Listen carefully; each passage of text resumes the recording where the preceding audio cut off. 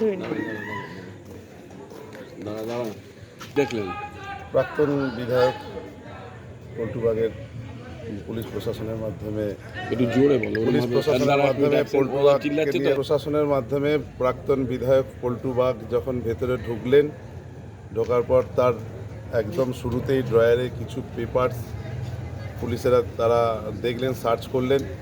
তার আন্ডারগ্রাউন্ডে যে বড় গোডাউন আছে, অর্থাৎ এই টোটাল গ্রাউন্ড ফ্লোর থেকে আন্ডারে নামার সময় যে গোডাউন আছে সেখানে পল্টু বাগকে নিয়ে তারা তল্লাশি করার জন্য গেলেন। আমাদের যে উইটনেস 4 জন আসবে এবং আমরা যেহেতু 2 জন ঢুকেছিলাম পুলিশের পারমিশন নিয়ে, তা আপাতত যা পেপারস দলিল পেলেন সেগুলো পুলিশ প্রশাসন তারা সিজ করলেন, তারা নিলেন এবং বাকিটা তার ভেতরের যা আন্ডারগ্রাউন্ডের যা ঘর আছে, এই প্রত্যেকটা ঘর যদি তল্লাশি করতে হয় 7 দিন সময় লাগবে।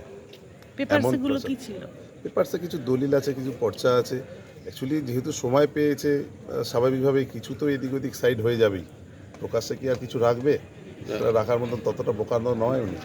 আজকে তাহলে আপনার এই সার্চিং কমপ্লিট হবে না? আপনার সার্চিং কমপ্লিট হবে না, 7 দিনে কমপ্লিট হবে না। ভেতরে যা ছোট ছোট ঘর আলাদা করা আছে পেপারসের জন্য, 7 দিন যদি পুলিশ প্রশাসন সকাল থেকে রাত পর্যন্ত সার্চ করে, তাতে সম্ভব হবে না শেষ করা।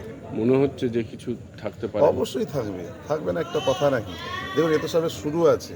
যত দিন যাবে প্রত্যেকটা দিন আমরা পুলিশ প্রশাসনের কাছে বলবো লিগ্যাল অ্যাকশান নিতে।